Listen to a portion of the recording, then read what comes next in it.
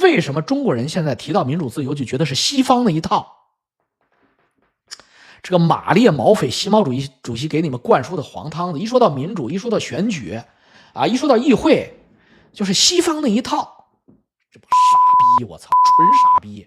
那他妈苏俄、苏联共产主义的余孽，就是他妈的被人家阉割了，我操，屁眼都给你缝死了，你还说这人就应该没屁眼，就完全忘了自己祖宗。我告诉你们啊，就是1912年，中华民国1911年革命成功，1912年成立民国。1912年、1913年进行中华民国，就是中国文明之后的第一次民主选举啊！第一次民主选举啊！中国是分了80个选区的，你们知道吗？中国是分了80个选区的，跟我们加拿大、跟美国是一样的。美国也有选区，加拿大也有选区啊。中国有80个选区，1912年的中国是有80个选区。你想想这个数据不是我编的，这是数据，你们不激动吗？平均今天的话，2-3个地级市是一个选区。那个时候的中国的民主和西方是完全接轨的。什么人有选举权？那个时候4%的中国人有选举权，不是100%啊，4%的中国人有选举权。什么呢？读过小学以上文凭的，都是货的关系啊。就是你要是有小学以上文凭，你有选举权。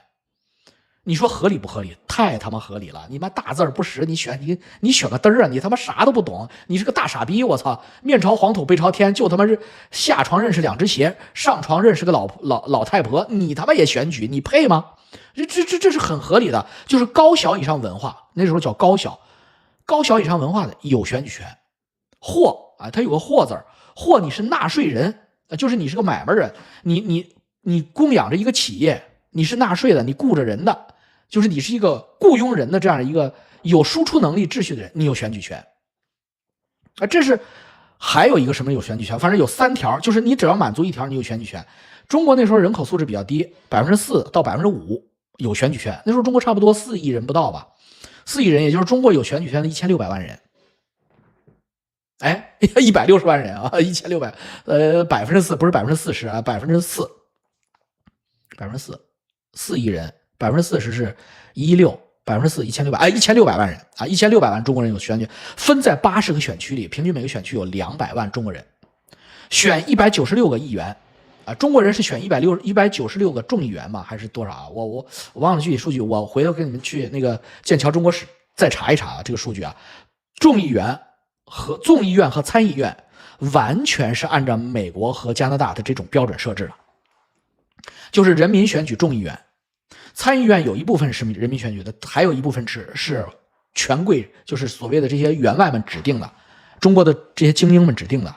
很快就出现了参议院和众议院。参议院和2院选举最大的绝对优势胜的政党是中国国民党啊，不是孙中山那个后来改革的那个国民党，不是蒋介石篡位的国民党，是宋教仁、章太炎、孙中山他们共同黄兴啊，黄克强啊。他说克强啊，你看那个宋教仁的那个遗嘱里，宋教仁死之前的遗嘱里边，克强拜托你帮我养老母。我操我他妈第一次看，我操，怎么李克强穿越了吗？怎么克强你要帮我养老母啊？黄克强啊，克强这些人啊，组织了在同盟会基础上组织的这么一个中国国民党。中国国民党的党魁是孙中山，但是孙中山当时生气了，因为不让他当总统，他生气了，他他妈的非暴力不合作，他跑日本玩去了，他真跑日本玩去了。实际操纵人是黄克强和宋教仁，黄克强是武的，宋教仁是这个政治家啊，真正的政治家，非常成熟的政治家。宋教仁是国民党事实党魁，带领着国民党实现了议会的选举的大胜，绝对胜利。然后宋教仁就说，我们效仿加拿大啊，这样的话我是议会第1大党，我应该选出一个总理来，我就是总理吧，党魁自然是总理。特鲁多、皮埃尔都是保守党赢了，保守党党魁皮埃尔就是总理。我宋教仁赢了，我是总理，袁世凯你是总统，咱俩是不是要商量一下咱们俩的权力分工？袁世凯也觉得很好，你赶紧来北京，咱俩宣布，然后谈好了，闭上门谈好中国未来的分权，开门咱就宣布中国就开始开张了。然后宋教仁去火车站的一瞬间被干死，整个中国民主轰然倒塌。你说孙中山坏不坏？他去干死宋教仁，充分的证据是孙中山派人干，陈其美他们干的，很多证据。因为袁世凯没有必要干这个事儿，他们袁世凯跟宋教仁配合的挺好的，宋教仁从来不骂袁世凯，袁世凯也挺喜欢宋教仁，他俩差着辈儿呢，你看他俩生日就知道了，他俩差着辈儿呢。他是想怀柔宋教仁，使用宋教仁的，总统又没有任期，那总理有任期的，所以袁世凯挺喜欢宋教仁，因为什么呢？总比他妈黄克强强，黄克强动不动就打打杀杀的，总比孙中山强，孙中山动不动就要修20万公里铁路，你不是愁死袁世凯了？然后袁世凯还跟宋教仁商量说，这把孙中山这个瘪犊子捣乱，这么着吧，他不就是喜欢银两和女人吗？这样，每年拨给孙中山3万啊，每个月拨给孙中山3万银元经费，孙中山个人支配，任命孙中山为中国铁路总监、总设计师。孙中山不是想修铁路吗？修20万公里铁路线吗？行吧，孙中山你去修吧，真事儿啊。他跟宋教仁给孙中山安排了这么个活，孙中山走哪就铁路兴国，铁路兴国。袁世凯跟他一聊，说他傻逼一个，中国修你妈逼修20万，前2年中国才修到那个数啊，就是我忘了是多少万了吧，就前2年啊，就是100年以后中国终于修到了。孙中山当时说要修那么多铁路，袁世凯一看这个疯子我也搞不定他，这样一个月给他3万银洋，妈养着他吧，我操，让他认作去吧，让他去管铁路去吧，他不是愿意弼马温去吧，养天马去吧。你知道不是我编的，这就是真事儿。然后他就生气了嘛，你让我养天马，简直是妈气死我了。然后我就跑了。然后可惜我党他妈的也不听我的了，我他妈宋教仁这小子他妈太猛了，又懂实战啊，又懂理论，我操，比我厉害呀。然后党员都跟着这小子走，连黄克强这个黄兴这个老家伙都跟着宋教仁走，我操，我是不是 out 了？去日本啊，去日本啊，然后就听说枪响了，我操，第一时间回来了，我要为你报仇，就是袁世凯干的，我要北伐。这个就是孙中山当时干的事儿。我跟你们讲啥呢？就是那一段时间中国有多么民主。宋教仁这么牛逼的人啊，就是未来的国务院总理啊，第1任国务院开国总理宋教仁啊，这谁知道要不要打死他？然后国民党党魁就像相当于我们加拿大自由党的特鲁多，保守党的皮埃尔，美国共和党的川普，这叫党魁啊，党魁，或者是麦康奈尔啊，是第1任期的麦康奈尔就是党魁。然后在组织会议的时候啊，在国民党成立大会啊，中国国民党成立大会在北京湖广会馆召开。宋教仁在那致辞啊，我们中国国民党各吹牛逼的时候，站起来一个叫唐志英还是唐英智的一个女生啊，一个女士也是党员啊，我有话，民主啊，哎，你讲，请问宋理事长啊，宋党魁，国民党这个党章我看了，为什么没有男女平权呢？我操，你看看。你跟今天你敢吗？习主席我有话，你怎么了啊？共产党党章里边为什么没有写男女平权呢？你敢吗？我操，给你架下去，给你弄他妈神经病，操，给你弄个新欢死，我操，你为什么没有男女平权呢？我操，而且关键就是宋教仁就真怂了，我操，哎呀，这个好像是忘了，哎呀，这个咱们不行，下次你看今天这个大喜的日子，咱们别揪这些细节。小唐。女生跳上去，跳哪儿？跳主席台上去了，薅着宋教仁领子，大逼斗左边一个，右边一个，啪啪2个大逼斗，比打她老公抓奸打的还响啊！我说的全是中国历史上民主中国发生的事实。我操，宋教仁啊，我操，就是特鲁多或者皮埃尔，啪啪，党员把他架下去了，把那个疯婆，把那个女拳师给架下去了。我操，把宋教仁给打的大逼斗，然后啥事没有，既没有报警抓人，也没有因此开除什么党籍，没有。为什么？合理啊，你就是没写男女平权，人家问住你了，只不过对方的表达方式比较极端啊，但是还属于没有给你造成什么验伤也没有伤嘛，只不过就是他妈的比较响啊，啪啪2下嘛，没有影响宋教仁的仕途。宋教仁哎呀，我宋教仁以后再也没脸见人了，没有，他继续当他的总理，那是总理啊。这是1913年的中国。你们听到这个中国这种民主的时候，难道你们不是心里边他妈的有点遗憾吗？我们原来100年以前曾经这么发达过，这么文明过，我们的大清王朝、封建王朝毁灭的时候，居然没有怎么死人，北京城没开枪，没死人，是共和国啊，中华民国算是民国吧，啊，也算是共和吧，共和国和帝国签了个协议，政权和平交接，外国使领馆不用搬家，不用撤侨，和平交接。满清皇帝宣布退位，中华民国总统宣布继位，并且中华民国总统携中华民国所有权贵，这些什么接班的，向前清满清皇朝皇室致以崇高的敬意，许诺每年发400万银洋的抚恤费啊，就是怎么讲退休费啊，就是每年发400万。你说这他妈什么时候中国这么文明过呀？我操，哪一朝哪一代中国改朝换代不是人头落地、天雷滚滚、血流飘杵？哪一朝？包括1949年，哪一朝不是？1911年、1912年不是？不是谈的。曾经我们离文明那么近，曾经我们离发达那么近说老王那中国不发达，这又被骗了，又他妈被骗了。你看看剑桥中国史的那个经济部分那个增长，除了打仗那个跟日本打仗那几年，包括军阀混战时期，中国 GDP 都是 5.5 以上6、8的增速，甚至有几年都是 10% 以上的增速，并不慢，只不过因为底子太薄，所以它增速虽然快，但是也没太快。为什么1911年立国到1930几年日本人来了，一共就发展了20年，不错了。这20年有轮船，有汽车，有他妈工厂，有面粉，有纺织，多快呀！大清的时候可没啥呢，大清留了一个底子，民国20年就都给干起来了，各省没闲着，哪有他妈共产党说的那么鸡巴惨？